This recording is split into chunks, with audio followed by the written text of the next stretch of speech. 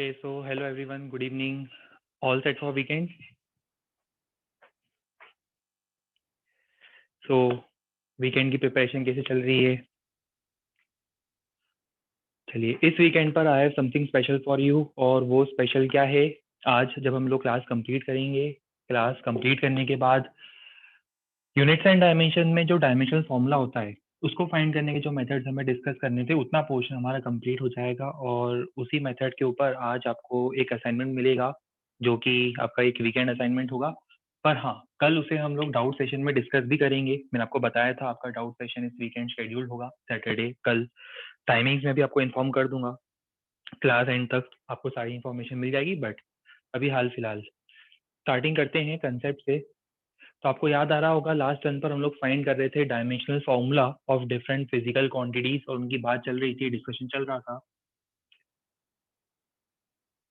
और लास्ट में हम लोगों ने जो डायमेंशनल फॉर्मूला फाइंड किया था वो था इलेक्ट्रोस्टैटिक फोर्स कांस्टेंट का। उसके बाद परमिटिविटी की बात हुई थी, सबको याद आ रहा होगा, परमिटिविटी ऑफ फ्री स्पेस। इसके बाद वोल्टेज, रेजिस्टेंस, ये सब डायमेंशनल फॉर्मूला जो current, electricity, electrostatics, electricity magnetism के होते हैं, ये हमने फाइंड करे थे। और आज हमें इसी सीक्वेंस को थोड़ा और एक्सटेंड करना है, और फिर से हम आएंगे मैकेनिक्स वाले पोर्शन पर इसके बाद।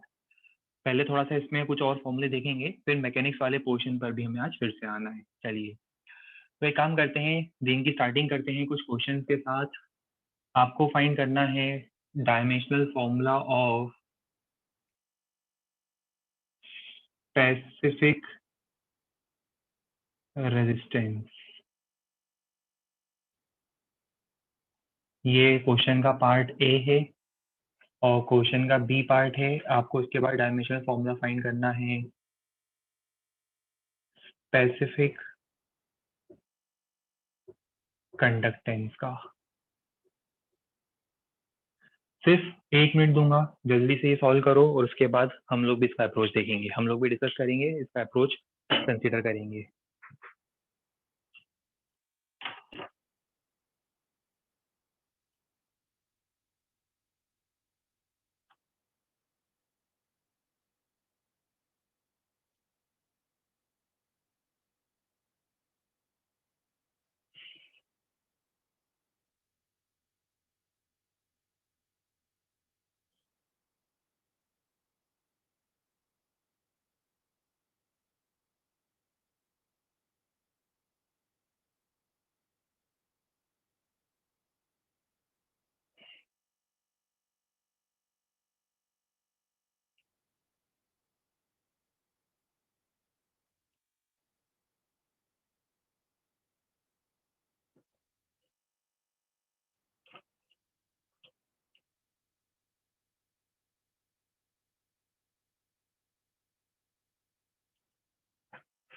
चलिए, इन्वॉल्विंग फॉर्मूला क्या है बता देते हैं, डिस्कस कर लेते हैं।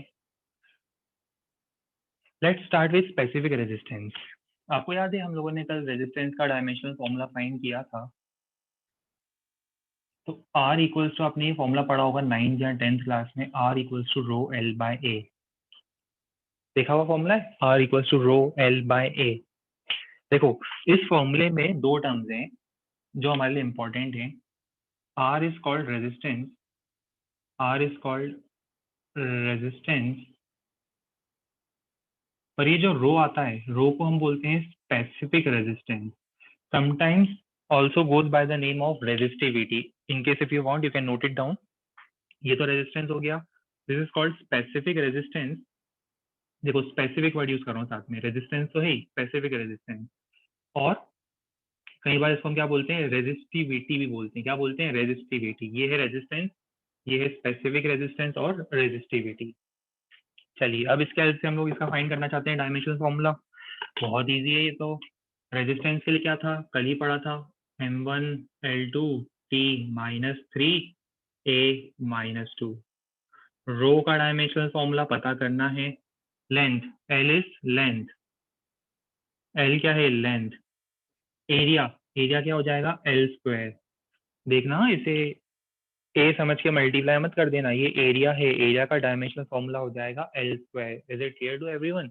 ये एरिया है, एरिया के लिए एल स्क्वायर, लेंथ के लिए एल, सिंपली मुझे रो फाइंड करना है, ये एल से एक एल कैंसिल, एल मल्टीप्लाई होगा, हमारा आंसर बहुत सिंपल स्ट्रेट फॉरवर्ड है, वो हो जाएगा m1 l3, ये हमारा आंसर हो जाएगा। ठीक है, चलिए अब कुछ लोगों को डाउट है सर स्पेसिफिक कंडक्टेंस क्या होता है। देखो तो यहाँ पर मैं कुछ और थ्योरी ऐड करूंगा, हालांकि हम पढ़ेंगे ये फॉर्मूले 12th में, बट मैं अभी से आपको बता दूं, एक होता है रेजिस्टेंस, और रेजिस्टेंस का रेसिप्रोकल होता है कंडक्टेंस। जैसे भी आपने नाम दिया ना रेजिस्टेंस, वैसे ही रेजिस्टेंस का रेसिप्रोकल होता है कंडक्टेंस, को हम जी से रिप्रेजेंट करते हैं।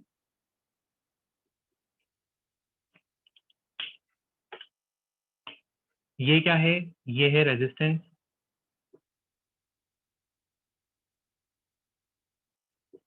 ये क्या है, ये है कंडक्टेंस, क्या है,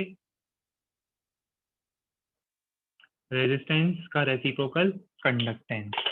और उसी तरह से रेजिस्टिविटी, रेजिस्टिविटी का रेसिप्रोकल कंडक्टिविटी या स्पेसिफिक कंडक्टेंस। ये क्या था, ये भी 2 मिनट पहले डिस्कस हुआ, ये वो था, स्पेसिफिक रेजिस्टेंस था। इसी का रेसिप्रोकल क्या हो जाएगा, इसका रेसिप्रोकल को हम बोलते हैं, ये रो होता है, इसको हम बोलते हैं सिग्मा, ये होता है सिग्मा, ये होता है रो।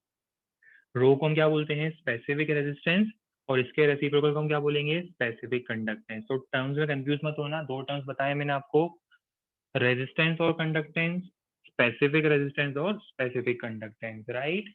चलिए 1 मिनट, पहले पहले यहाँ तक मुझे बताओ कि यहाँ तक तो कोई कंफ्यूजन नहीं है किसी को, पहले से भी यहाँ तक बताओ, यस या नो के टर्म्स में क्लियर है सबको, याद भी हो रहा है जो डिस्कशन चल रहा है, वो आप मेमोरी में फिट भी करते जा रहे हो जो हम लोग डिस्कस कर रहे हैं। ठीक है, गुड। बहुत सिंपल फॉर्मूले हैं, देखे हुए फॉर्मूले हैं, एक तरह से आपको रिकैप लग रहा होगा, अब लग रहा होगा 9-10 का रिकैप हो रहा है। चलिए यहाँ से मुझे बताओ dimensional formula of specific conductance क्या होगा, it will be reciprocal of specific resistance, इसका रेसिप्रोकल, तो मतलब क्या हो जाएगा, m-1 l-3 t3a2, ये हमारा डिजायर्ड रिजल्ट था, ए पार्ट का, बी पार्ट का।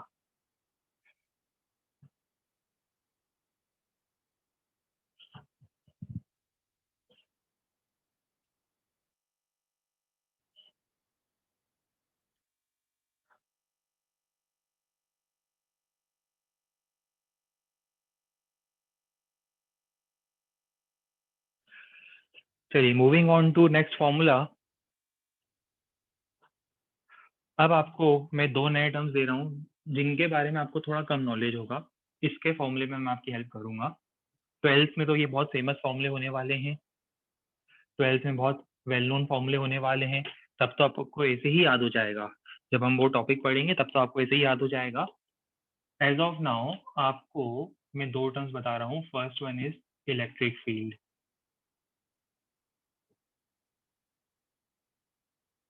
First term is electric field represented by E, second is magnetic field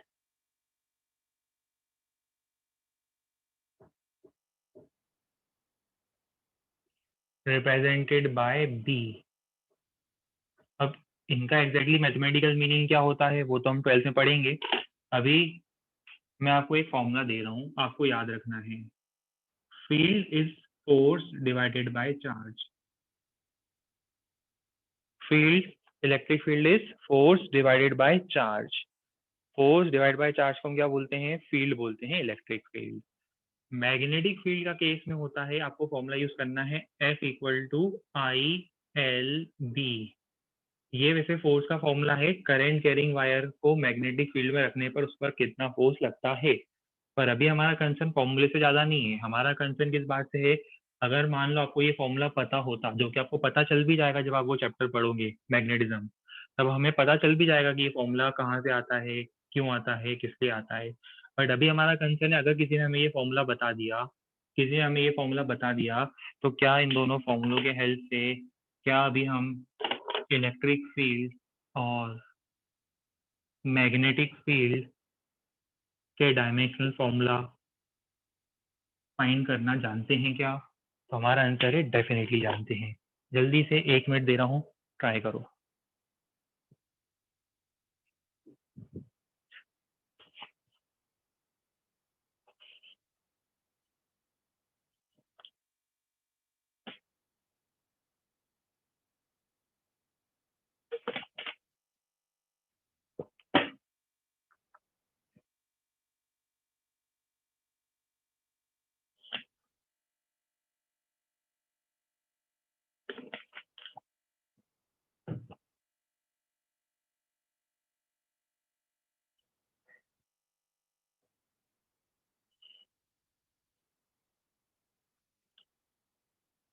अरे वाह, आंसर्स आने लग गए इतनी जल्दी।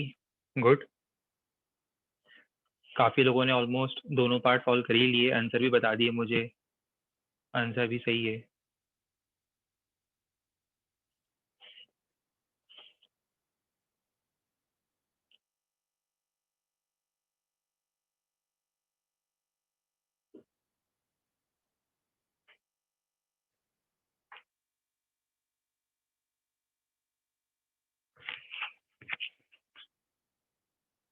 चलिए ट्राई करें। हाँ, साइन थीटा काफी लोगों ने 10th में पढ़ा होगा, यहाँ साइन थीटा आता है। साइन थीटा भी मैंने लिखा नहीं है, उसकी डायमेंशन की जरूरत नहीं होती। देखो, ये भी एक इंपॉर्टेंट पॉइंट है, बता दूं, अभी कंफ्यूज नहीं कर रहा हूँ ना लोगों को। साइन थीटा लिख के, वो क्रॉस प्रोडक्ट होता है वेक्टर्स में, हम पढ़ेंगे जब पढ़ेंगे तब। क्या होता है, जैसे मान लो किसी फॉर्मूले में गलती से साइन थीटा या कॉस थीटा आ भी गया, तो उससे कोई फर्क इसलिए नहीं पड़ेगा क्योंकि साइन थीटा की अगर मैं बात करूं तो वो तो डायमेंशनलेस होगा। डायमेंशनलेस क्यों होगा, सोचो भाई। साइन 30 डिग्री 1/2, कॉस 60 डिग्री 1/2, उसके पास कोई यूनिट नहीं होती ना। ये तो नंबर आएगा एक, हमेशा हमेशा क्या आएगा, नंबर आएगा, न्यूमरिक वैल्यू आएगी।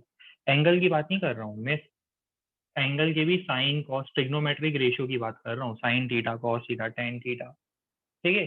तो ये क्या होगा, डायमेंशनलेस होंगे, इसलिए यहाँ लिखने ना लिखने से कोई फर्क नहीं पड़ा। और मैंने अभी कंफ्यूजन क्रिएट करने के बजाय उसको हटा दिया है, अभी लिखा नहीं है, ठीक है। चिंता मत करो, सारी चीजें डिस्कस करेंगे अप्रोप्रिएट टाइम पर, सारी चीजें डिस्कस होगी। अभी at present electric field, force, force के लिए हेल्प करो जरा। m1 L1 T-2, चार्ज के लिए याद है Q इक्वल्स टू, देखो मेरे माइंड में फॉर्मूला चल रहा है, Q equal to I T. आई के लिए करंट के लिए A, T के लिए T। मैं इसको यही लीव कर रहा हूँ, आपको आगे पता है कि अब क्या करना है ना। एक स्टेप और आगे लिखना था, वो मैं लिख नहीं रहा हूँ, आपको पता है क्या करना है। ये इसके लिए क्या करेंगे, इसके लिए हो जाएगा फोर्स डिवाइडेड बाय करंट और लेंथ, लेंथ के लिए L। अगेन आपको पता है क्या करना है, L0 T-2 A-1, वो सब आप कर सकते हो। धीरे धीरे मैं एज्यूम कर रहा हूँ कि आप लोगों को सब चीजें पता है, वैसे तो काफी लोगों का आंसर आ ही गया था।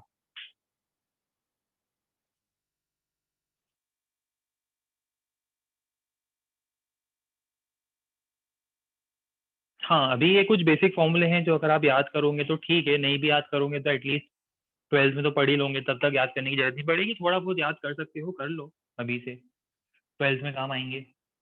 जब पढ़ोगे तब थोड़ा अच्छा लगेगा देखकर 12th में इन फॉर्मूलों को फिर से। नेक्स्ट एक और टर्म मैं आपको बताना चाहता हूँ, इसको हटा रहा हूँ। नेक्स्ट टर्म है कैपेसिटेंस। ये भी आपके लिए थोड़ा नया होगा।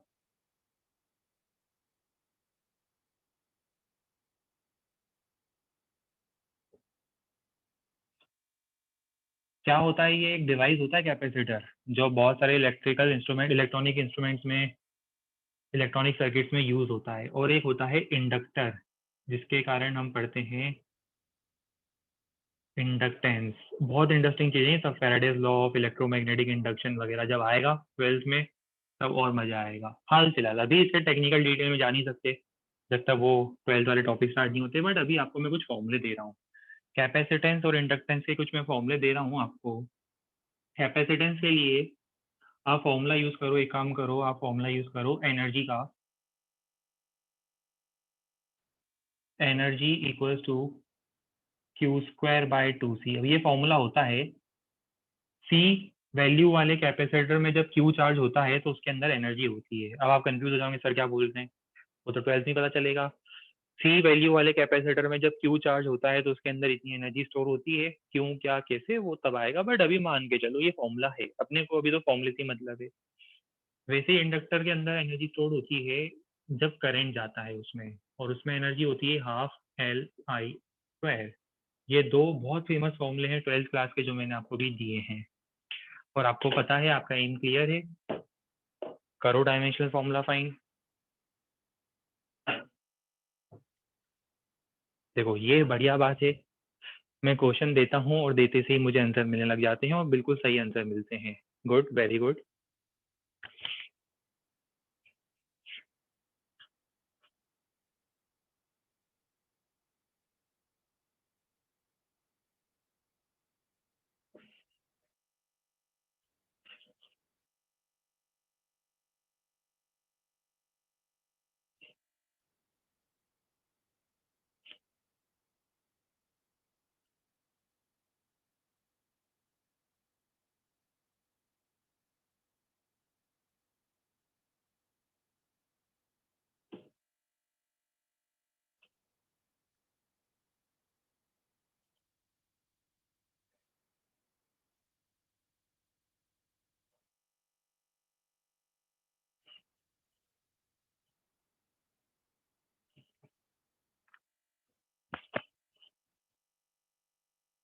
कर ही लेते हैं सॉल्व अब।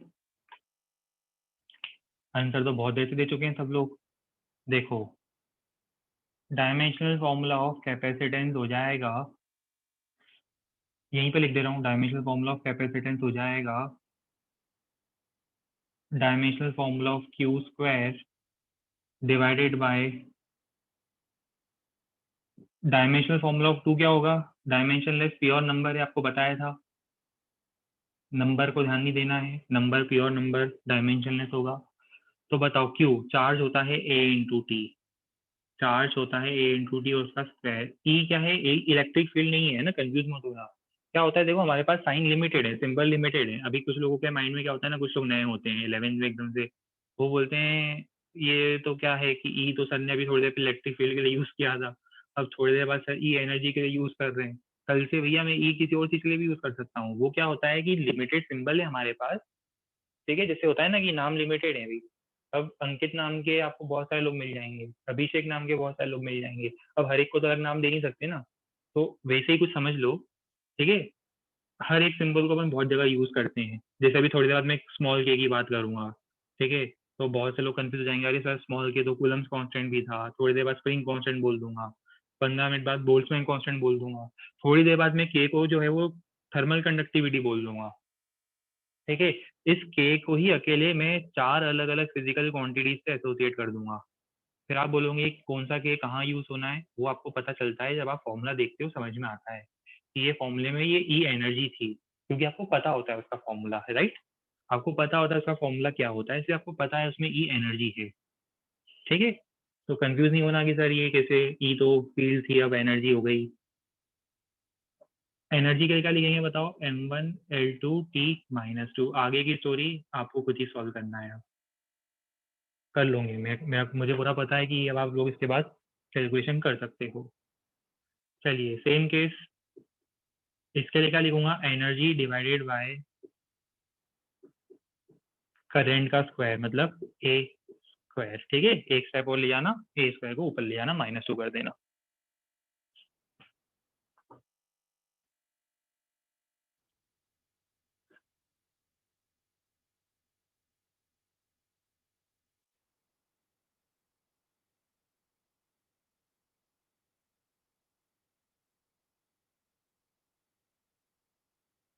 अच्छा, अभी यहाँ पर हम 1 मिनट का पॉज लेंगे, ठीक है।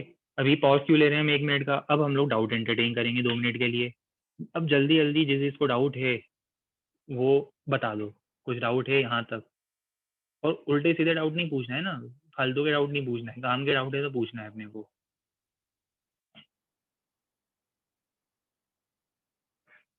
कंडक्टेंस के सिंबल को हम कैपिटल सी लिखते हैं, वो जो लिखा है ना, सॉरी कंडक्टेंस का जो सिंबल था, मैं बता दूंगा उसको क्या बोलते हैं, कैपेसिटेंस को कैपिटल सी और कंडक्टेंस का मैं बता देता हूँ अभी।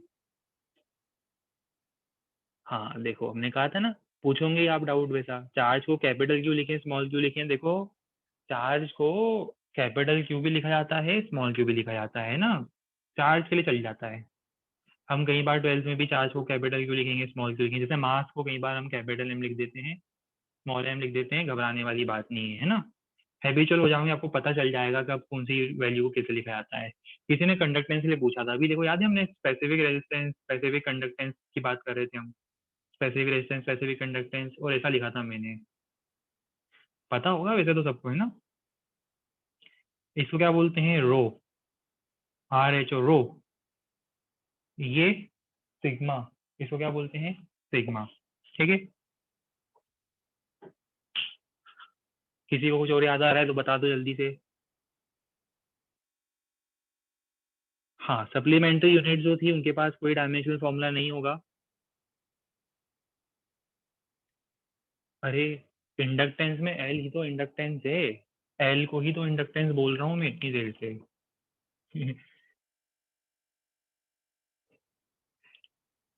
लोग पूछ रहे इंडक्टेंस क्या है, भाई इंडक्टेंस ही तो एल, एल का ही तो नाम इंडक्टेंस है, इसी का तो डायमेंशनल फॉर्मूला फाइंड कर रहे हैं, और क्या कर रहे हो इतनी देर से आप। चलो, यहाँ तक की तो लगभग लगभग सभी क्वेरीज हो सकता है मैंने सॉल्व कर दी हो। एक आध दो क्वेरीज अगर बच गई होगी जो मैं पढ़ नहीं पाया हूँ, तो मैं आगे फिर से टाइम दूंगा आप लोगों को डाउट का। सप्लीमेंट्री यूनिट के बाद डायमेंशनल फॉर्मूला क्यों नहीं होता है, खराब क्वेश्चन। खराब क्वेश्चन क्यों, क्योंकि आपको फॉर्मूला याद है, थीटा का formula, arc length upon radius. खराब क्वेश्चन था ये बहुत। कल भी हमने वैसे एंगुलर डिस्प्लेसमेंट की बात करी थी ना, एंगल की बात करी थी। Arc length upon radius, arc length का डायमेंशनल फॉर्मूला, लेंथ और रेडियस का डायमेंशनल फॉर्मूला क्या हो जाएगा, कैंसिल हो जाएगा, इसलिए दे विल बी डायमेंशनलेस। इसलिए बोलते हैं क्लास नोट रिवाइज करा करो, और थोड़ा लॉजिक आपको खुद से लगाना है।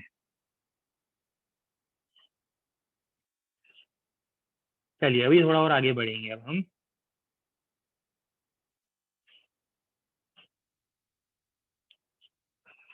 थोड़ा और आगे प्रोसीड करेंगे अब हम। और अब मैं आपके सामने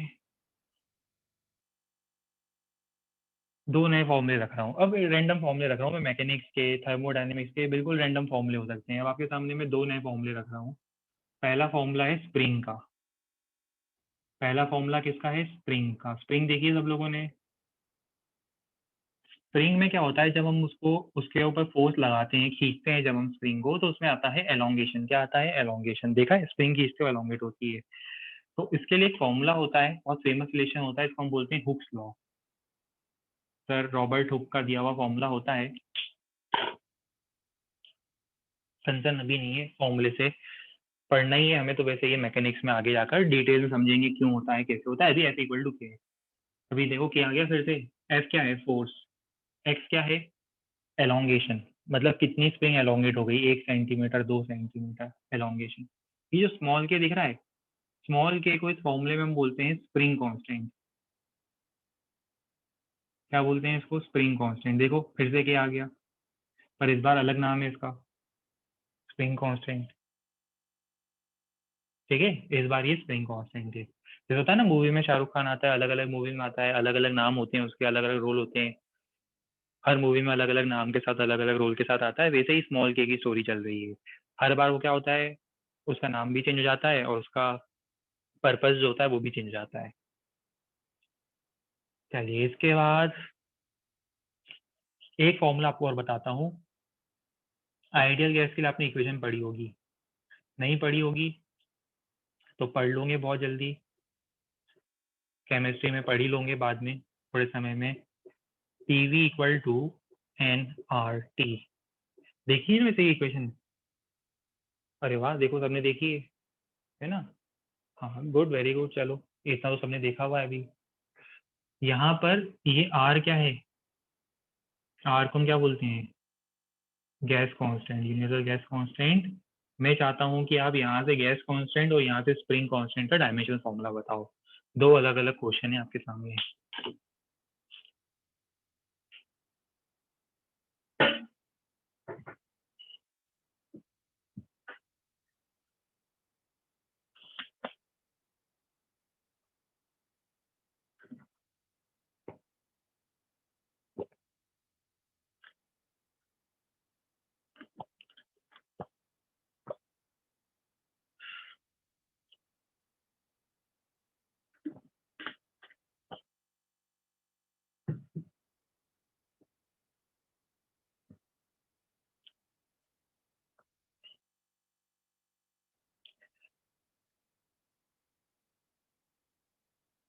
ये 11th है, ये इंजीनियरिंग है।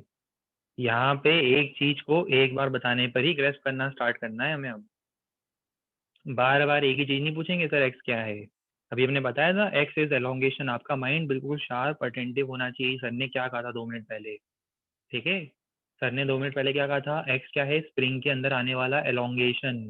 1 सेंटीमीटर एलोंगेट हुई है, 2 सेंटीमीटर एलोंगेट हुई है। इंजीनियर का तो माइंड शार्प होना चाहिए, बिल्कुल अटेंटिव होना चाहिए एक इंजीनियरिंग माइंड तो।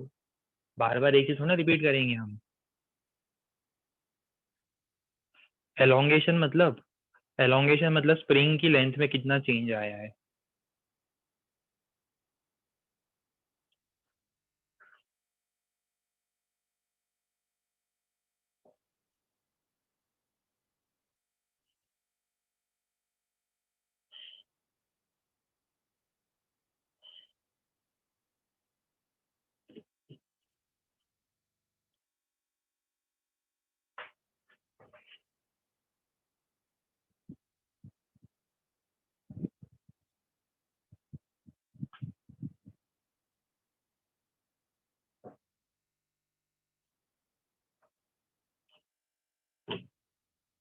चलिए सॉल्व करके देखते हैं। फॉर्मूला लिखा था मैंने आपके सामने F equal to K x. तो यहाँ से K का डायमेंशनल फॉर्मूला हो जाएगा force divided bye x. Force के लिए क्या होता है? m1 L1 T -2। X elongation, कितने मीटर कितने सेंटीमीटर स्प्रिंग खींच गई, एलोंगेट हो गई। नेचुरल लेंथ में कितना चेंज आया, तो किसमें होगा? वो लेंथ एल में होगा। एक्स किसमें होगा? एल में होगा यहाँ पर। तो एल से एल कैंसिल, आपका आंसर आ जाएगा। ठीक है, लिख लोगे ना? L0 T -2, m1 L0 T -2 लिख लोगे। चलो गैस कांस्टेंट की बात करते हैं।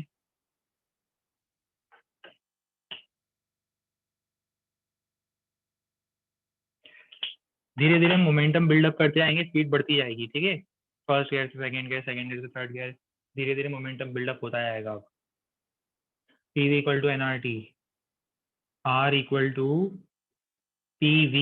P मतलब प्रेशर,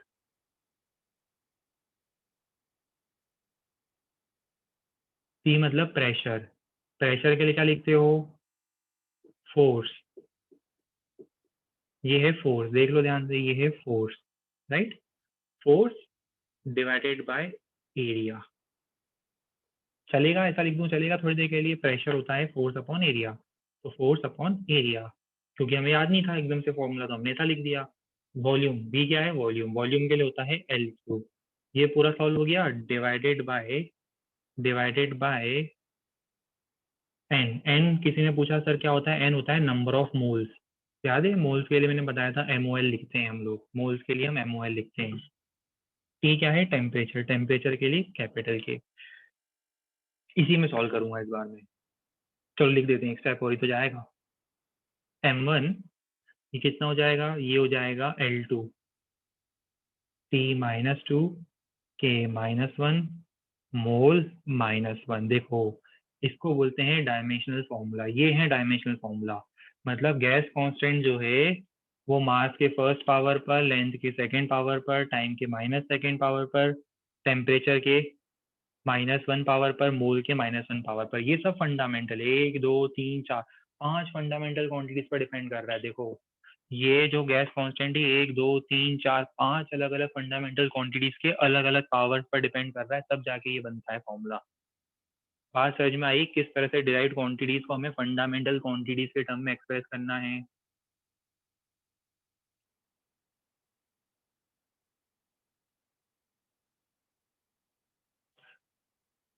मोल नंबर नहीं होगा, उसके पास यूनिट होती है। 5 मोल, 10 मोल, मोल यूनिट है अपने आप में, डायमेंशनलेस नंबर नहीं है। अरे इतनी देर से अरे स्टार्टिंग में 7 क्वांटिटीज लिखवाई थी मोल के लिए, मैंने तो यूनिट भी दी थी, MOLE मोल, MOL। 5 मोल, 10 मोल, अरे 5 के तो क्या है आगे, 5 किलोग्राम है कि 5 मोल है? 5 मोल है। ठीक है,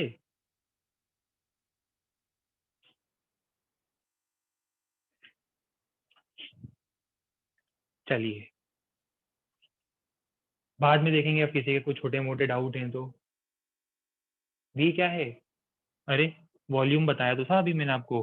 प्रेशर वॉल्यूम, पहली बार देखा है ये फॉर्मूला क्या आपने? ऐसा लगता है पहली बार देखा हुआ फॉर्मूला है आपका।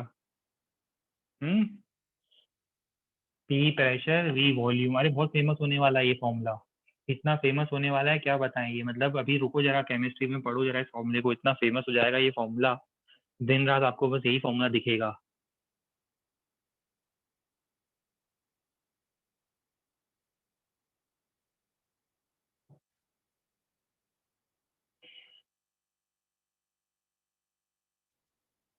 चलो देखो, हम एवोगैड्रो नंबर की बात नहीं कर रहे हैं, एवोगैड्रो नंबर होता है वो जो आप बोल रहे हो ना 6.023, आप लोगों के कंसेप्ट इतने स्ट्रांग नहीं है अभी, ये होता है एवोगैड्रो नंबर, राइट। और हम मोल्स की बात कर रहे हैं भी, 5 मोल 10, क्वांटिटी है ये, क्वांटिटी है, कितने मोल है गैस के, ये क्वांटिटी, जैसे कितना मास है सॉलिड का, कितना वॉल्यूम है लिक्विड का, वैसे ही कितने मोल्स हैं गैस के। तो ये डायमेंशनलेस नहीं है, ध्यान रखना, मैंने तो पढ़ाया था ना 7 क्वांटिटीज फंडामेंटल के डायमेंशन भी तो लिखवाए थे, 7 फंडामेंटल के डायमेंशन।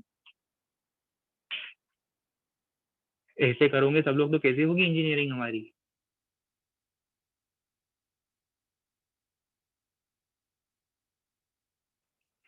चलो यहाँ तक तो सबको क्लियर होना चाहिए, हो भी रहा होगा, हो जाना चाहिए क्लियर। चलिए अब कुछ थोड़ा आगे बढ़ते हैं, कुछ और फॉर्मूले देखते हैं, थोड़े अब खतरनाक फॉर्मूले आने वाले हैं, थर्मो के हैं फॉर्मूले, थर्मो में पढ़ेंगे। देखो, जब हम किसी ऑब्जेक्ट को हीट करते हैं तो उसके लेंथ में आता है इंक्रीमेंट, क्या आता है? इंक्रीमेंट, पता है ना।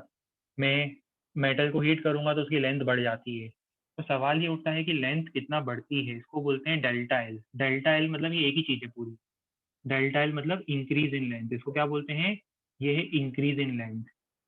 ये होता है एक फॉर्मूला है जो हम पढ़ेंगे थर्मोडायनेमिक्स में, रीजन भी बताऊंगा तब मैं इसका कि ऐसा क्यों आता है ये formula. L alpha delta T, ये है increase in length. Delta L मतलब, आपने देखा है अगर आप एक मेटल की रॉड को हीट करते हो तो रॉड हीट करने पर थर्मल एक्सपेंशन बोलते हैं, थर्मल एक्सपेंशन मतलब हीट करने पर मेटल की रॉड एलोंगेट हो जाएगी। Delta L is change in length, L is original length, alpha delta T. Alpha क्या है? अल्फा को हम बोलते हैं कोएफिशिएंट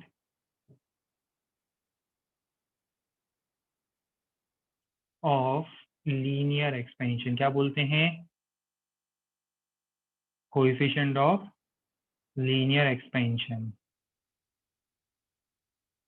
जल्दी से आपको यहाँ से अल्फा का डायमेंशनल फॉर्मूला फाइंड करना है। अब देखो यहाँ पर अल्फा आया, थोड़े दिन पहले कल परसों ही बात हुई थी अल्फा की, तब अल्फा क्या था?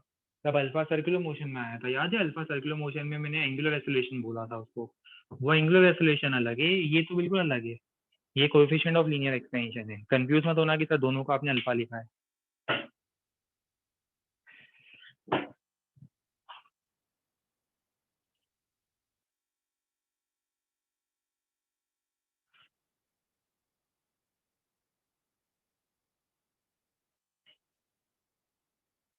बिल्कुल सही, सबका आंसर आ ही गया है।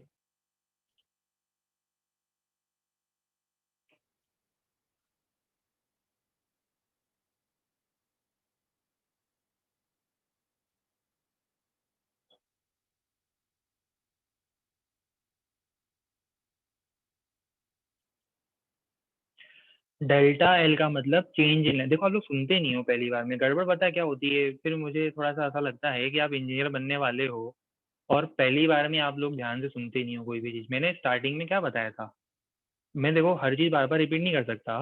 मैंने स्टार्टिंग में बताया था आपको कि डेल्टा एल का मतलब होता है चेंज इन लेंथ, लेंथ में चेंज कितना आया है। डेल्टा एल का मतलब होता है what is the value of change in length, length में कितना इंक्रीमेंट आया है। चलो, काफी लोगों का तो आंसर ही आ गया था, कुछ एक हैं जिन्हें अभी तक क्लियर नहीं होता है, थोड़ा सा कंफ्यूजन आ रहा है, पर धीरे धीरे वो भी सीख जाएंगे अगर मेहनत करेंगे तो, नहीं करेंगे तो नहीं सीख पाएंगे ऑब्वियसली। डेल्टा टी क्या है? Change in temperature, right. देखो मैं बता दूं, अगर किसी को फिर भी नहीं पता तो डेल्टा लिखते हैं जब हम किसी क्वांटिटी के आगे, ये स्टैंडर्ड रिप्रेजेंटेशन है जो हम फिजिक्स में यूज करेंगे, जैसे टेम्परेचर डिफरेंस, तो टेम्परेचर डिफरेंस को हम शॉर्ट में लिखेंगे ऐसे, डेल्टा मीन्स डिफरेंस, डेल्टा को क्या बोलते हैं? डिफरेंस। डेल्टा टी लिखने का मतलब क्या है? डिफरेंस इन टेम्परेचर, शॉर्ट में। डेल्टा एल का मतलब, ये है डेल्टा एल, शॉर्ट में लिखा जाता है। डेल्टा मतलब डिफरेंस, डिफरेंस या चेंज। किसमें चेंज? लेंथ में, मतलब L2 माइनस L1। बात आई समझ में? कितनी सिंपल है। थोड़ा लॉजिक लगाया करो, बिना लॉजिक के थोड़ा ना इंजीनियरिंग होती है। अच्छा, ऐसा लग रहा था कि आपको इंजीनियरिंग बहुत इजी होती होगी। ऐसा तो नहीं है था कि ऐसा लग रहा था कि आईआईटी में एडमिशन बहुत इजी होता होगा, बस कोचिंग कर ली और हाँ सर जो है हमें, जैसे पेन ड्राइव में डेटा ट्रांसफर होता है ना, जैसे पेन ड्राइव में डेटा ट्रांसफर होता है, जैसे फाइल डाउनलोड करते हैं, सर हमें फाइल देंगे, हम फाइल डाउनलोड कर लेंगे हमारे माइंड में, और हमारे हार्ड ड्राइव में वो फाइल स्टोर हो जाएगी। ऐसा माइंडसेट तो नहीं था आप लोगों का, है ना? ऐसा माइंडसेट तो लेकर नहीं आए थे कि सर के पास एक मैजिक है, सर ऐसे हैरी पॉटर जैसे मैजिक करेंगे। हमने तो हैरी पॉटर वैसे देखी नहीं है ना? पर हर बार स्टूडेंट्स हमें बता देंगे सर देखो, बहुत समय से बोले स्टूडेंट सर हैरी पॉटर देखना सर बहुत अच्छी है, बट हमने आज तक कभी नहीं देखी। ठीक है, तो ऐसा तो नहीं था कि हैरी पॉटर जैसा सर के पास कुछ मैजिक है और सर मैजिक करेंगे और यूं करेंगे और हमें फिजिक्स आ जाएगा पूरा समझ में। ऐसा सोच के तो नहीं आए थे ना कि हम 10 तक हमारे कंसेप्ट वीक थे, सर एकदम से हमें स्ट्रांग बना देंगे। देखो स्ट्रांग खुद से बनना पड़ेगा। जिसे आज नहीं आता है ना, उसे 2 महीने बाद सब कुछ आने लगेगा। प्रोवाइडेड, प्रोवाइडेड ध्यान रखना, प्रोवाइडेड आप एफर्ट लगाओ। बात सब कुछ इसी पर आके अटकती है कि आप कितने एफर्ट लगा रहे हो। और वो जो चेंज होता है ना, वो चेंज आपको 1-2 दिन में थोड़ा ना दिखेगा। आप सोचोगे कि कल हमने पढ़ाई करना स्टार्ट करी और आज ही हम सब सीख जाएं। देखो लर्निंग है, लर्निंग बहुत स्लो प्रोसेस होता है, ग्रेजुअल प्रोसेस होता है। ये ओवरनाइट नहीं होता है, धीरे धीरे आप रोज नए कंसेप्ट टेस्ट करते जाओगे और धीरे धीरे कंसेप्ट एडअप होते आएंगे। पर आप जब 2-3 महीने बाद पीछे टर्न होकर देखोगे, आपको लगेगा हाँ यार काफी कुछ पढ़ लिया है, काफी कुछ पढ़ना बचा है, वो तो ऑब्वियसली काफी सिलेबस रहेगा, बट आपको लगेगा हाँ यार काफी कुछ पढ़ लिया, काफी कुछ नया सीख लिया है। बट कब? जब आप डेली बेसिस पर अटेंटिव रहोगे। ठीक है, एक बार बताया ना, बार बार नहीं बताएंगे आपसे। अब याद रखना, फिजिक्स में जब भी डेल्टा है मतलब आपको पता है क्या है, डेल्टा मीन्स चेंज। अब ये चीज हमेशा चलेगी फिजिक्स में, है ना? फिर अगले 1 महीने बाद मैं डेल्टा लिखूंगा, कोई पूछेगा सर डेल्टा क्या होता है, सर हमें तो पता ही नहीं था। तो वैसा नहीं होना चाहिए, बता दिया एक बार, याद रहना चाहिए, अगले 2 साल काम आएगा। डेल्टा, डेल्टा एल मतलब चेंज इन लेंथ। बताओ जरा, लेंथ में चेंज किसमें आएगा? वो भी लेंथ में ही आएगा। लेंथ में चेंज के डायमेंशन क्या होंगे? लेंथ के ही होंगे, नीचे भी लेंथ ही है। भाई 5 मीटर में से 3 मीटर माइनस करोगे तो बात हो चुकी थी पहले अपनी, 2 मीटर ही मिलेगा। 5 मीटर में से 3 मीटर माइनस करोगे 2 मीटर मिलेगा। Cancel, cancel. Change in temperature, change in temperature किसमें होगा? आ गई बात समझ में? सिर्फ नीचे ये बचेगा, ये डेल्टा एल का डायमेंशन, और ये कैंसिल हो जाएगा डायमेंशनली, बता रहा हूँ ये दोनों डायमेंशनली कैंसिल, सिर्फ ये आएगा K-1।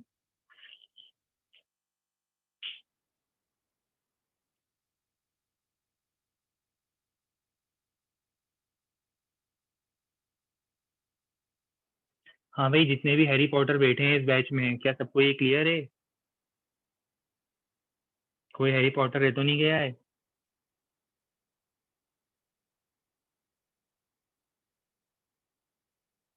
चलो, सभी हैरी पॉटर्स को क्लियर है, गुड।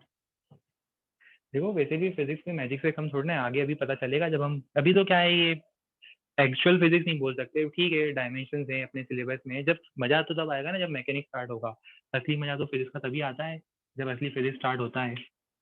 होगा स्टार्ट, पर पहले ये सब पढ़ना भी जरूरी है, पर उसके बाद जब स्टार्ट होगा तब पता चलेगा। फिजिक्स का मैजिक भी कुछ कम नहीं है। चलो, जैसे लेंथ बदलता है वैसे एरिया भी बदलता है। क्या बदलता है? एरिया बदलता है। जैसे आपने एक मेटल की प्लेट ली, मेटल की प्लेट को हीट करना, हीट करोगे तो क्या होगा? हीट करोगे तो लेंथ और वेट दोनों बढ़ जाएंगे। थर्मल एक्सपेंशन, इसको बोलते हैं एक्सपेंशन इन एरिया। ये क्या है? Expansion in area. लो, लोगों का तो अंदर भी आ गया, वाह।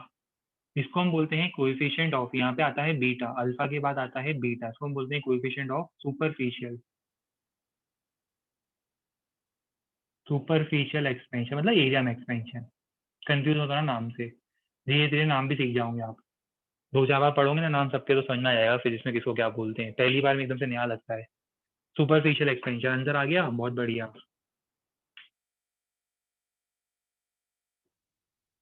ये होनी चाहिए बात कि सर आंसर आ चुका है और सबका सही आंसर आया है same, same as before, there is no change. क्यों? क्योंकि बात तो वही होगी, फिर से एरिया का चेंज और एरिया कैंसिल हो जाएंगे डायमेंशनली, टेम्परेचर बचेगा। ठीक है, चलो मैं आगे बढ़ रहा हूँ थर्ड फॉर्मूले पे फिर, है ना। चेंज इन वॉल्यूम, वॉल्यूम में भी तो बड़ा इंक्रीमेंट होगा, वॉल्यूम भी बढ़ेगा।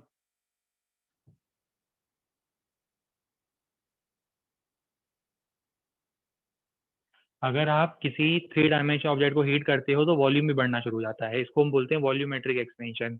तो ये होता है coefficient of volumetric expansion gamma, alpha beta के बाद आता है गामा। बस समझ गए हो सब लोग, या जो समझदार थे वो समझ गए हैं। ये हो गया गामा, अल्फा बीटा गामा।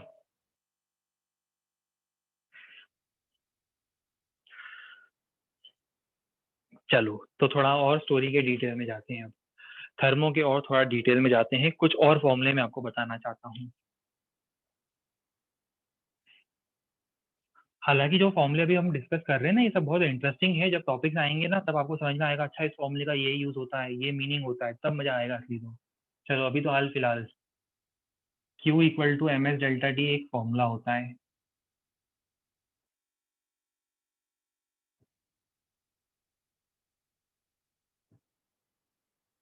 अब होता है इसके पीछे भी रीजन, बता दें क्या? थर्मो में बताएंगे, थोड़ा सा बता देते हैं, चलो 5% बता देते हैं अभी, 5% अभी बता देते हैं, समझने वाला 5% में समझ जाएगा अभी, बाकी तो थर्मो में पढ़ेंगे ही। फिर से देखो क्या होता है। सपोज मुझे किसी ऑब्जेक्ट को हीट करना है, किसी ऑब्जेक्ट का टेम्परेचर बढ़ाना है, चलो बात यहाँ से शुरू होती है कि मुझे किसी ऑब्जेक्ट का टेम्परेचर बढ़ाना है। ये लो मैंने एक वेसल लिया, वेसल के अंदर वाटर था, वाटर का टेम्परेचर बढ़ाना है तो क्या करना पड़ेगा बताओ? टेम्परेचर अपने आप बढ़ जाएगा क्या? वाटर का टेम्परेचर बढ़ाना है, अपने आप बढ़ेगा क्या? बताओ क्या करना पड़ेगा? हीट देनी पड़ेगी। अरे सवाल तो यही है ना, कितनी हीट देनी पड़ेगी? आपको इस वाटर को हीट करना था, किसी ने आपसे पूछा कि बताओ इसको कितनी हीट देनी पड़ेगी, तो कितनी हीट देनी पड़ेगी वो किस बात पे डिपेंड करेगी? सबसे पहले तो इस बात पे डिपेंड करेगी कितना मास हीट करना चाहते हो। भाई 5 किलोग्राम वाटर को हीट करना आसान है, 10 किलोग्राम वाटर को हीट करने में डबल हीट लगेगी, 20 किलोग्राम वाटर को हीट करने में और ज्यादा हीट लगेगी। जितना ज्यादा मास लोगे उसको हीट करना उतना डिफिकल्ट होगा कि नहीं होगा बताओ? एक्सपीरियंस क्या है लाइफ में ये सब कभी? कम पानी जल्दी गर्म होता है, ज्यादा पानी को गर्म होने में ज्यादा हीट देनी पड़ती है, राइट। चलिए, तो प्रपोर्शनल टू मास। अब सपोज मेरा आपसे क्वेश्चन है कि मान लो मास सेम लिया, आपके पास दो कंटेनर है, दोनों कंटेनरों में आपने सेम मास लिया, दोनों कंटेनरों में आपने क्या करा? सेम मास लिया, पर एक का टेम्परेचर आपको 20 डिग्री से बढ़ाना है और एक का टेम्परेचर आपको 40 डिग्री से बढ़ाना है, तो बताओ क्या सेम हीट दूं? सेम हीट देने हो जाएगा काम? जिसका टेम्परेचर ज्यादा बढ़ाना है उसको ज्यादा हीट दोगे ना, इसका टेम्परेचर ज्यादा बढ़ाना है, मतलब amount of heat required is also proportional to temperature difference. दोनों को मिलाओगे तो क्या आता है? Proportional to M delta T. पर देखो जब प्रोपोर्शनलिटी हटाते हैं तब हम एक कांस्टेंट लगाते हैं, पता है ना, प्रोपोर्शनलिटी हटाने पर एक कांस्टेंट लगाना पड़ता है एस, इसको हम बोलते हैं स्पेसिफिक हीट कैपेसिटी। मैं डिटेल डेफिनेशन भी बताऊंगा और एक डिटेल मीनिंग भी बताऊंगा जब चैप्टर पढ़ेंगे तब, अभी नहीं। और डिटेल मीनिंग भी होता है इसका बताऊंगा। ये मटेरियल पे डिपेंड करता है, मटेरियल पे डिपेंड करने का मतलब सपोज मास भी सेम लिया मैंने, सपोज मैंने 5 किलोग्राम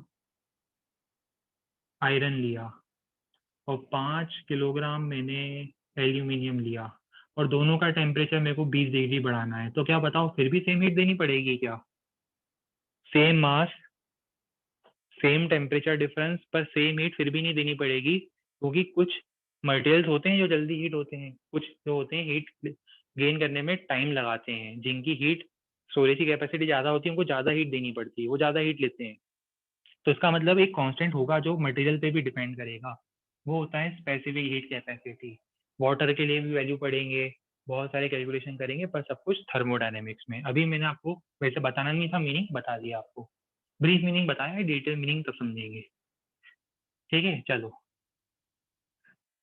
इसको क्या बोलते हैं? इसको हम बोलते हैं स्पेसिफिक हीट कैपेसिटी। क्या बोलते हैं? स्पेसिफिक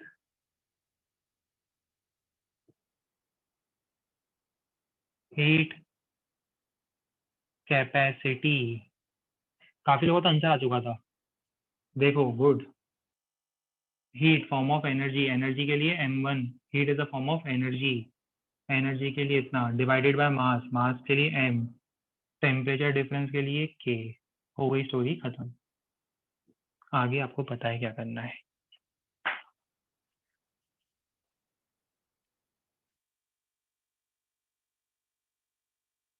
अब देखो हीट को एच से क्यों नहीं रिप्रेजेंट करते, अरे दोस्त एच से कर दो, ये लो खुश।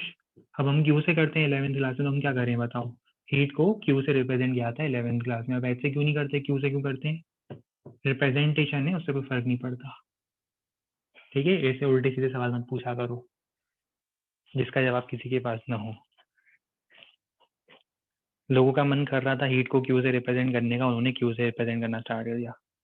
अरे यार क्यू चार्ज के लिए होता है, मैं आपको कब से सिखा रहा हूँ एक चीज, कब से सिखा रहा हूँ एक ही चीज, कि एक ही सिंबल के अलग अलग मीनिंग हो सकते हैं, अलग अलग बहुत सारे मीनिंग हो सकते हैं एक ही सिंबल के। ठीक है, क्यू के लिए क्यू का मतलब चार्ज भी हो सकता है, क्यू का मतलब हीट भी हो सकता है, कल से मैं किसी और के लिए भी यूज कर सकता हूँ। स्मॉल के भी बहुत सारे मतलब होते हैं। ठीक है, म्यू क्या होता है, अब आपसे कोई पूछे म्यू क्या होता है, तो म्यू के भी अलग अलग मीनिंग होते हैं। रिफ्रैक्टिव इंडेक्स भी यही होता है, रिफ्रैक्टिव इंडेक्स भी होता है, कोएफिशिएंट ऑफ फ्रिक्शन भी यही होता है। ठीक है, तो प्लीज बार बार वही सवाल मत पूछा करो। ठीक है, आपको बार बार बता चुका हूँ, रिप्रेजेंटेशन पे मत जाओ, थोड़ा सा अपना लॉजिक लगाओ। जब मैंने बोला है ये क्यू है हीट, तो उसको हीट मान लो, खत्म। ठीक है, क्यू क्या है, हीट है। अब ये मत पूछो कि सर क्यू चार्ज के लिए होता है तो हीट के लिए क्यों।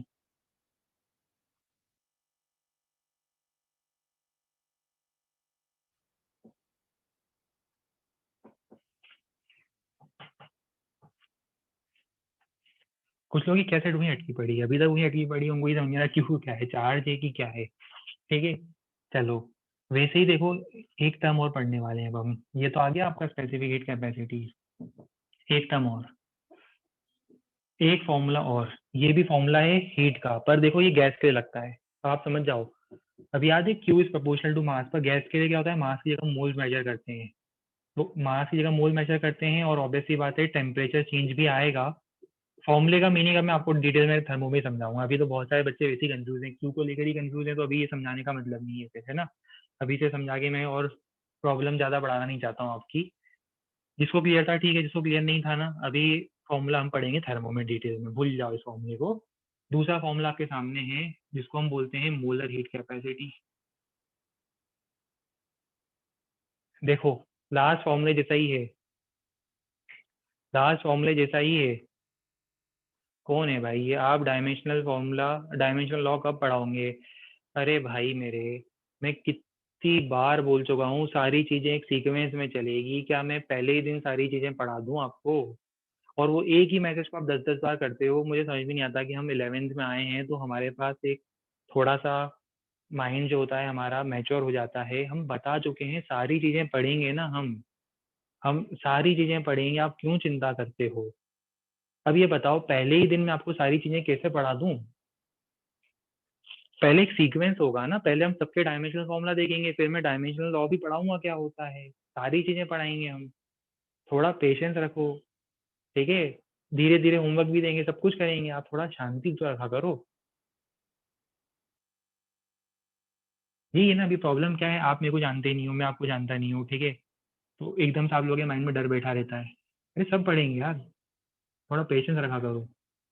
ठीक है, और जब सारे कंसेप्ट आएंगे ना, फिर आप ही खुद घबरा जाओगे, अरे सर इतना सारा कंसेप्ट भी बता दिए फिर। मोलर हीट कैपेसिटी सी होता है, मोलर हीट कैपेसिटी क्या होगा बताओ, ये एन है नंबर ऑफ मोल्स। जैसे लिखा था ना एम एस डेल्टा टी, देखो थोड़ी देर पहले लिखा था एम एस डेल्टा टी, मास की जगह मैंने क्या कर दिया, मोल्स कर दिया, और सी लगा दिया। तो सी क्या होता है, स्पेसिफिक नहीं, उसको हम बोलते हैं मोलर हीट कैपेसिटी, नया फॉर्मूला बता रहा हूँ। यहाँ से सी का डायमेंशनल फॉर्मूला क्या हो जाएगा, क्यू। हीट क्या है, form of energy, divided by N, N क्या है, number of moles, M O L, temperature difference. ये फॉर्मूला भी थर्मो में पढ़ेंगे, इंटरेस्टिंग फॉर्मूला है। काफी लोगों ने तो पहले आंसर दे ही दिया था वैसे। चलिए अब आगे की स्टोरी समझते हैं फिर, जब ये सब कुछ क्लियर है तो और कुछ फॉर्मूले ऐड करता हूँ मैं।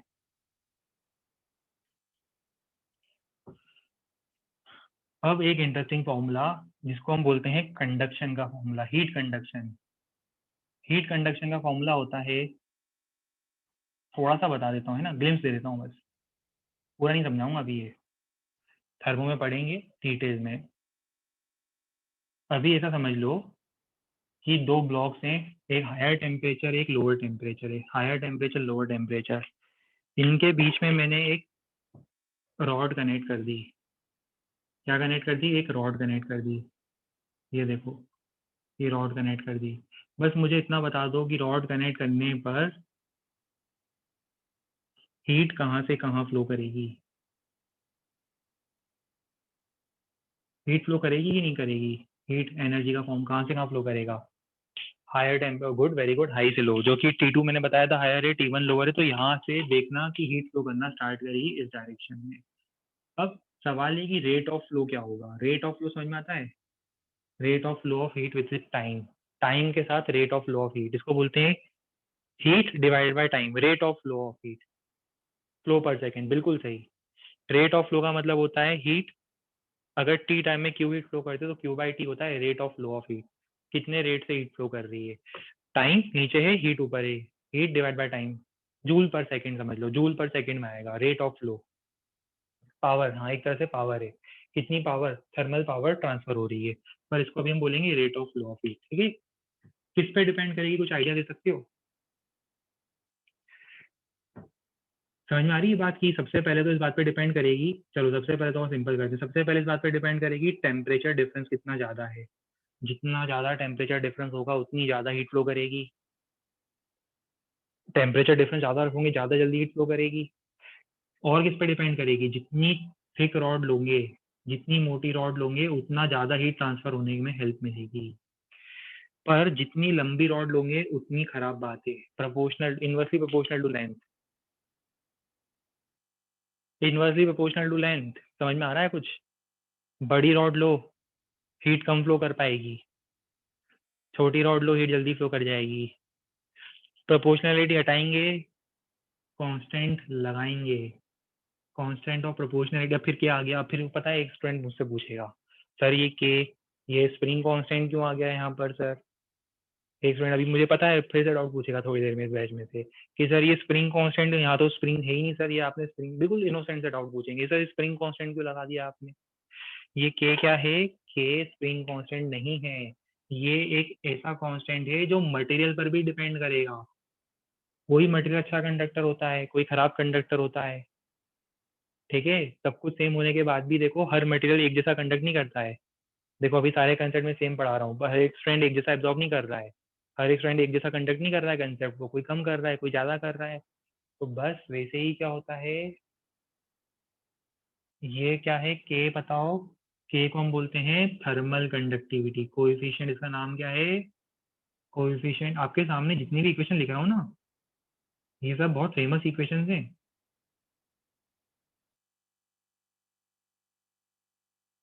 जैसे टॉर्क हुआ था, थर्मल कंडक्टिविटी की अभी इक्वेशन बता रहा हूँ, अभी थोड़ी देर पहले हीट की इक्वेशन बताई, सब इक्वेशन डिटेल में पढ़ेंगे फिजिक्स में, पर अभी सिर्फ थोड़ा थोड़ा अभी हम लोग क्या कर रहे हैं, बस ये डायमेंशनल फॉर्मूला निकालने का मेथड सीख रहे हैं। फॉर्मूला दिया है अभी आपको, मान लो फॉर्मूला दे दिया गया, के का डायमेंशनल फॉर्मूला निकालना है। अरे वाह, आंसर भी आ गए लोगों के, गुड, वेरी गुड। चलो सॉल्व करके देख ही लेते हैं फिर, वेट तो नहीं करें, कर लें सॉल्व।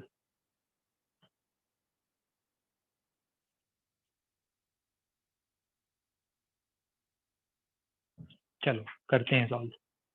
क्यू, हीट, हीट क्या होता है? m1 L2 T minus two divide by time T. Length जाएगा मल्टीप्लीकेशन में, लेंथ जाएगा मल्टीप्लीकेशन में, एरिया जाएगा डिनोमिनेटर में, टेम्परेचर डिफरेंस जाएगा डिनोमिनेटर में। बस, मैं आगे आपकी हेल्प तो नहीं कर रहा, आपको पता है आगे क्या करना था। थोड़ा और सिंप्लीफाई कर लेना जो आप कर सकते हो पावर्स के टर्म में।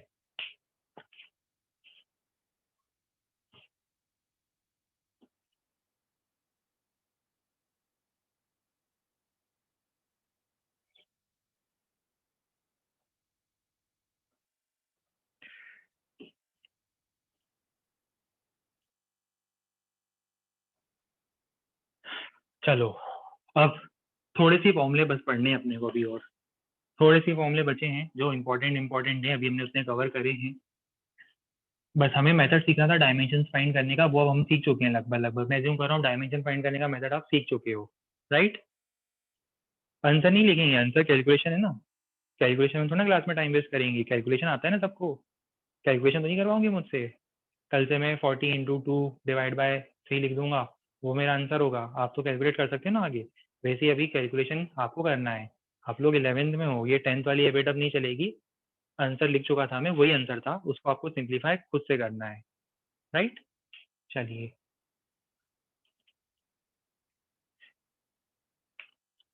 अब थोड़ा ध्यान देना, कुछ नई क्वांटिटीज के बारे में मैं आपको बताना चाहता हूँ। एक होता है स्ट्रेस और एक होता है स्ट्रेन।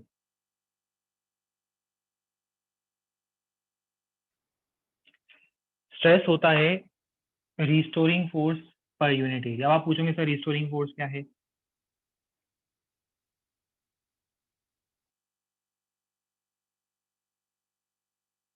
देखो क्या होता है, जब भी हम किसी ऑब्जेक्ट को डिफॉर्म करते हैं, डिफॉर्म करने का मतलब जब उसके शेप को चेंज करना चाहते हैं, जैसे मैंने एक स्पंज लिया और उसको डिफॉर्म करा, तो वो भी तो कुछ रेजिस्टेंस प्रोवाइड कर रहा है शेप में चेंज को। मैं एक वायर लेके उसको खींचता हूँ, तो वायर क्या कर रहा है, जब मैं उसको वायर को खींच रहा हूँ तो वायर अपने अंदर एक रिस्टोरिंग फोर्स, स्प्रिंग को देखो, स्प्रिंग को खींचते हैं तो स्प्रिंग रिस्टोरिंग फोर्स लगाती है। तो वैसे ही किसी भी ऑब्जेक्ट को मैं डिफॉर्म, डिफॉर्म मतलब शेप चेंज करना, जब भी मैं किसी ऑब्जेक्ट को डिफॉर्म करता हूँ तो ऑब्जेक्ट क्या लगाता है, रिस्टोरिंग फोर्स लगाता है। और स्ट्रेस होता है restoring force per unit area. पढ़ेंगे डिटेल में, 11th में आएगा ये formula, general properties of matter, matter की जब प्रॉपर्टीज पढ़ते हैं तब आएगा, ठीक है। काफी लोगों ने तो उसका फॉर्मूला भी बता दिया है, देखो गुड, ये वो स्टूडेंट्स हैं जो ऑलरेडी एडवांस में पढ़ के आते हैं, मैंने कहा भी था पढ़ के आना है, पहले से एसटीवी से रीडिंग लेनी है, मॉड्यूल से रीडिंग लेनी है। जो लोग लेकर आए हैं उन्हें सब कुछ पता है क्या चल रहा है क्लास में। स्ट्रेन होता है चेंज इन क्वांटिटी, अब चेंज इन लेंथ भी हो सकता है, चेंज इन वॉल्यूम भी हो सकता है, वो सब स्ट्रेन में आते हैं, तो उसका मतलब मैं लिख दूं चेंज अपॉन ओरिजिनल। अभी एक काम करते हैं, change in length upon original length लिख देते हैं, ठीक है, change in length upon original length, इतना लिख देते हैं। बताओ स्ट्रेस का डायमेंशनल फॉर्मूला बताओ, बता ही दिया होगा इतनी देर में तो सब लोगों ने। देखो स्ट्रेस का डायमेंशनल फॉर्मूला हो जाएगा same as pressure. Same as pressure क्यों, फोर्स अपॉन एरिया ही तो कर रहे हो आप, नया नाम दे दिया फोर्स को, फोर्स अपॉन एरिया ही तो है एक तरह से। तो प्रेशर का याद है m1L-1T-2, ठीक है। स्ट्रेन,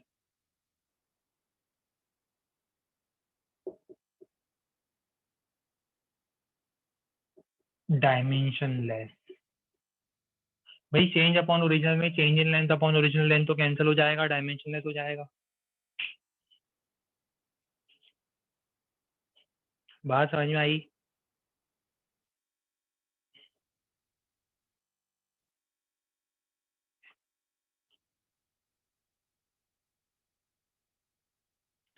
अच्छा अब सुनो ध्यान से, स्ट्रेस है ना 3 टाइप के होते हैं, आगे हम लोग जनरल प्रॉपर्टीज ऑफ मैटर में पढ़ेंगे स्ट्रेस के 3 टाइप होते हैं, बट तीनों टाइप में फॉर्मूला तो सेम ही होगा।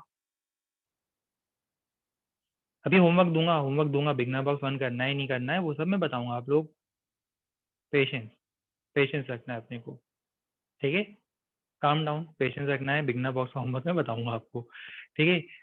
अभी इस पे ध्यान दो ना, बिगनर बॉक्स का होमवर्क मेरे को बताना है, मैं बता दूंगा।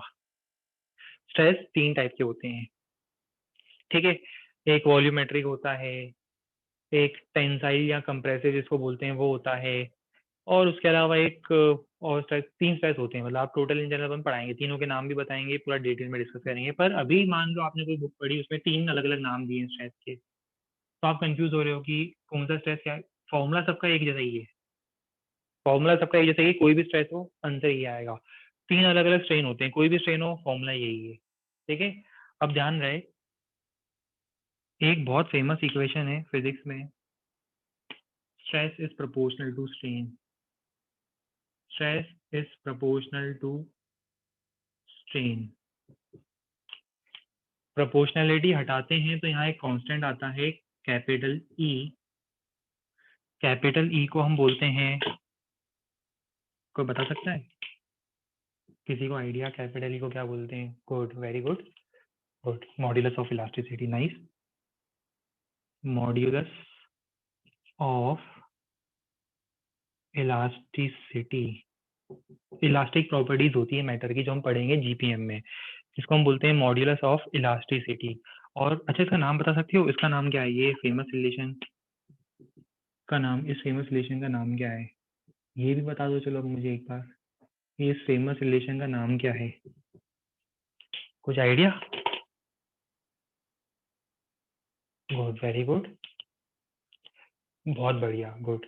आई एम इम्प्रेस्ड, एक्चुअली इम्प्रेस्ड कि देखो आप लोगों को पता है सब कुछ। Hooke's law, F equal to K X जो था ना, इसी का फॉर्म है, हम समझेंगे बाद में। अभी इसको बोलते हैं Hooke's law, stress is equal to E into strain. बहुत बढ़िया। मॉड्यूलस ऑफ इलास्टिसिटी का डायमेंशनल फॉर्मूला क्या होगा? Same as stress. क्यों होगा सेम एज स्ट्रेस? अरे स्ट्रेन तो डायमेंशन लेते, तो इसका मतलब ये दोनों क्या होंगे? Dimensional formula. वाइज मेरे पास फॉर्मूला बता रहा हूँ, आपको पता होना चाहिए थोड़ा सा, बाकी तो जब हम टॉपिक पढ़ेंगे अपने आप याद ही हो जाएगा। जब हम प्रॉपर्टीज ऑफ मैटर पढ़ेंगे तो आपको ये सारे फॉर्मूले याद हो जाएंगे, क्योंकि आपको मीनिंग समझ में आएगा उन सबका। अभी हो सकता है एकदम से मीनिंग समझ में ना आए, और जब हम पढ़ेंगे टॉपिक तो ऑब्वियसली बात है मीनिंग के साथ पढ़ेंगे, जनरल प्रॉपर्टीज ऑफ मैटर। अभी एक क्लियर है सबको कि मॉड्यूलस ऑफ इलास्टिसिटी के लिए क्या हो जाएगा? मॉड्यूलस ऑफ इलास्टिसिटी के लिए हो जाएगा सेम एज स्ट्रेस। स्ट्रेस के लिए क्या हो जाएगा? m1 L-1 T-2। देखो फिर वही स्टोरी चल रही है, तीन क्वांटिटीज ऐसी हैं फिर से। देखो कौन सी तीन क्वांटिटीज? प्रेशर, स्ट्रेस और मॉड्यूलस ऑफ इलास्टिसिटी। क्या खास बात है इनके बारे में? तीनों अलग अलग फिजिकल क्वांटिटीज है, तीनों का मीनिंग अलग अलग है। मीनिंग थोड़ा अलग है तीनों का, क्योंकि प्रेशर परपेंडिकुलर फोर्स होता है, ये रिस्टोरिंग फोर्स है, मैं बताऊंगा मीनिंग तब। मीनिंग तो अलग है ना तीनों का, पर तीनों का डायमेंशनल फॉर्मूला क्या है? सेम है। तीनों फिजिकल क्वांटिटीज, फिजिक्स में तीनों का अलग मीनिंग होता है, पर फिर भी तीनों का डायमेंशनल फॉर्मूला क्या है? सेम है।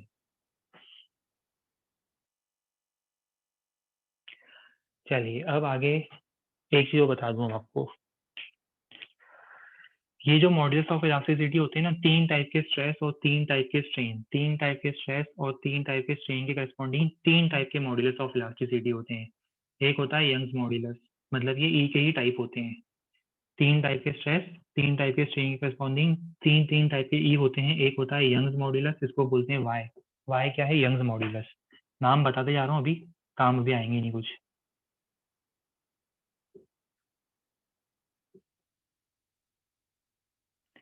Young's modulus, shear modulus, SHEAR, shear modulus, नाम से घबराना मत सभी। और बी होता है बल्क मॉड्यूलस। ये तीनों क्या होते हैं? ये तीनों ई के ही टाइप्स होते हैं। तो इसका मतलब अगर कोई गलती से आपसे पूछ ले कि सर, कोई पूछ ले कि यंग्स मॉड्यूलस का डायमेंशनल फॉर्मूला, तो चिंता नहीं करना। Young's modulus, shear modulus, bulk modulus, all this modulus are basically types of modulus of elasticity. So basically they will have same dimensional formula. और उनका dimensional formula, modulus of elasticity का dimensional formula is same as stress, stress का dimensional formula is same as pressure. तो आपकी connectivity mind में develop होनी चाहिए। Young's modulus, bulk modulus और शेयर मॉड्यूलस, तीनों के तीनों मॉड्यूलस जो हैं वो मॉड्यूलस ऑफ इलास्टिसिटी के ही टाइप्स हैं। और मॉड्यूलस ऑफ इलास्टिसिटी स्ट्रेस के डायमेंशनल फॉर्मूला से मैच करता है, स्ट्रेस प्रेशर से मैच करता है। स्टोरी याद होना शुरू हो चुकी है हमें। जल्दी से रिप्लाई देकर बता दो यस या नो।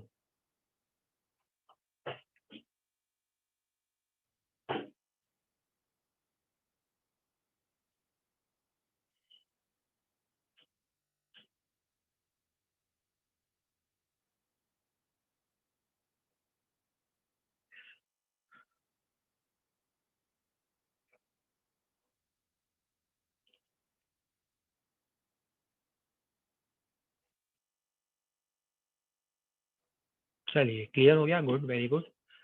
अब एक लास्ट फॉर्मूला मैं आज ऐड करूंगा, वो होता है इलेक्ट्रोमैग्नेटिक वेव्स का। आज के दिन का लास्ट फॉर्मूला, जिसके बाद हमारा ये डायमेंशन फॉर्मूला वाला पार्ट कंप्लीट होगा, फिर हम इसका एप्लीकेशन देखेंगे कि ये सब इतना जो हमने मेहनत करी इतने दिनों से, इसको फिजिक्स में यूज कहाँ करते हैं, क्यों फाइंड कर रहे हैं हम डायमेंशन फॉर्मूला, यूज क्या है वो भी हम बताएंगे। आज के दिन का लास्ट फॉर्मूला बहुत फेमस इक्वेशन है, शायद आपने देखी हो शायद ना देखी हो। Epsilon naught mu naught is equal to 1/c²। Light की स्पीड जिस तरह से first time equation wise find करी गई थी आपके सामने, वो मैक्सवेल की इक्वेशन के हेल्प से जो लाइट की स्पीड निकली थी, इलेक्ट्रोमैग्नेटिक वेव की स्पीड निकली थी, ground breaking discovery in terms of theory, ये वो है। मैं आपको बता दूं एप्सिलॉन नॉट क्या है। एप्सिलॉन नॉट के बारे में कुछ याद आ रहा है? एप्सिलॉन नॉट क्या है, कुछ याद आ रहा है? कितने लोगों को याद है, देखें कुछ नाम याद है इसका, क्या था? Good, very good, permittivity. पढ़ा था हमने 1/4 पाई एप्सिलॉन नॉट इसके, तो ये है परमिटिविटी।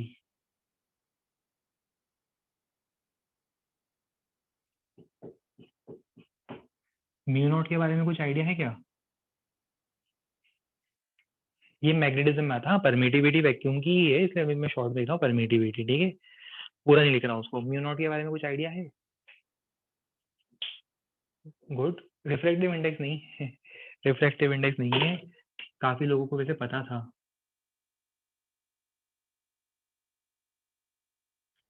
परमिएबिलिटी, नाम सिमिलर है, इसमें डबल टी आता है, इसमें एक ही टी है। Permittivity, permeability, permittivity, permeability, permittivity, permeability, right, ठीक है। और ये सी क्या है? सी क्या है? Speed of light. सी तो सबको समझ में आ रहा है, यहाँ पे स्पीड ऑफ लाइट है, ठीक है। अब आपको क्या करना है, परमिएबिलिटी जो कि हम लोग मैग्नेटिज्म में पढ़ेंगे, देखो ये हम पढ़ते हैं इलेक्ट्रिसिटी में, ये कहाँ पढ़ते हैं हम? इलेक्ट्रिसिटी में, कूलम लॉ, इलेक्ट्रिसिटी, ये कहाँ पढ़ते हैं हम? मैग्नेटिज्म में। एप्सिलॉन नॉट आता है इलेक्ट्रिसिटी में, म्यू नॉट आता है मैग्नेटिज्म में। परमिटिविटी भी निकाल चुका हूँ, आपको परमिएबिलिटी का डायमेंशनल फॉर्मूला फाइंड करना है। कर लोगे फाइंड? कैसे करोगे?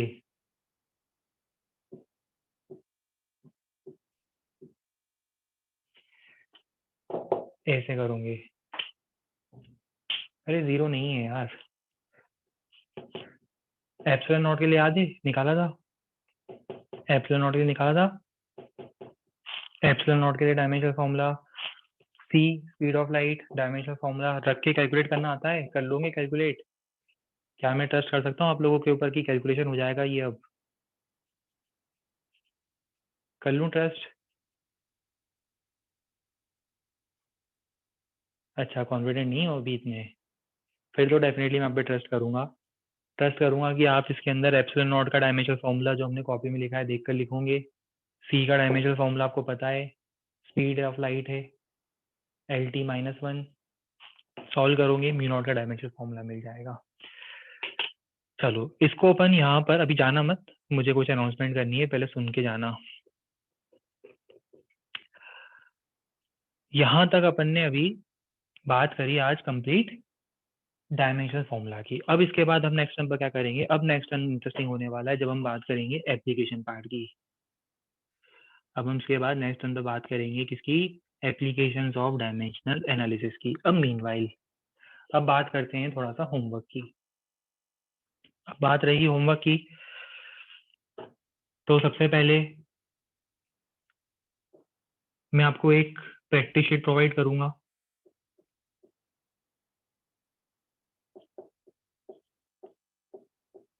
वो करना है आपको।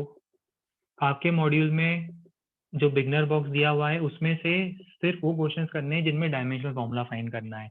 अभी एप्लीकेशन वाले क्वेश्चन मत करना, प्रैक्टिस शीट में तो सिर्फ सिंगल इसी टाइप के क्वेश्चन मिलेंगे आपको, वो करना है। तो प्रैक्टिस शीट आपका नेक्स्ट टाइम का होमवर्क रहेगा। और चाहो अगर किसी को करना है तो बिगनर बॉक्स 1 में से एप्लीकेशन पार्ट हटाकर बाकी सारे क्वेश्चंस जो आपको लगता है कि डायमेंशनल फॉर्मूला पढ़ चुके हो तो वो क्वेश्चंस कर लेना। थोड़ा सा कुछ क्वेश्चन है जो एप्लीकेशन पार्ट पर है जो भी हम डिस्कस करेंगे, प्रैक्टिस शीट में आपके ग्रुप में प्रोवाइड करूंगा, वो पूरी करनी है, ठीक है। ये आपका होमवर्क हुआ। अच्छा, अब रही बात डाउट सेशन की, तो ये आपको कंप्लीट करना है कल मॉर्निंग में। और कल मॉर्निंग में कंप्लीट करने के बाद हमारा एक डाउट सेशन भी शेड्यूल रखेंगे हम। टाइमिंग में काम करूँगा, मैं मोस्ट प्रोबेबली 1 to 2 के आसपास रखूँगा। टाइमिंग्स मोस्ट प्रोबेबली 1 to 2 के आसपास रखूँगा। सब लोग कंफर्टेबल हैं? क्योंकि उसके बाद शायद मेरी क्लास होगी, तो 1 to 2 के आसपास का टाइमिंग ठीक है। लिंक आपके ग्रुप में मैं पोस्ट कर दूंगा, राइट? लिंक आपके ग्रुप में मैं पोस्ट कर दूंगा। अच्छा, 2 से 3 मैथ्स की डाउट क्लास है। चलो, थोड़ा सा ज़्यादा तो दिक्कत है नहीं, कल आपका वैसे भी ऑफ है, तो 2 वर्ड में आपको ज़्यादा पता नहीं चलेगा, है ना? क्लैश भी नहीं करेगा। 2 से 3 मैथ्स की डाउट क्लास है, क्लैश भी नहीं करेगा, राइट? कोई दिक्कत तो नहीं आएगी? चलिए बढ़िया, गुड, वेरी गुड, है ना? चलिए, तो 1 से 2 याद रखना है। कुछ चेंजेस होंगे तो मैं आपको इन्फॉर्म कर दूंगा और मैं आपके ग्रुप में पोस्ट कर दूंगा लिंक डाउट क्लास की, ठीक है? होमवर्क आपको करना है, होमवर्क डिस्कस होगा हमारा डाउट क्लास में। प्रैक्टिस शीट का होमवर्क हम डिस्कस करेंगे डाउट क्लास में कल। होमवर्क के लिए अलग कॉपी बनानी है।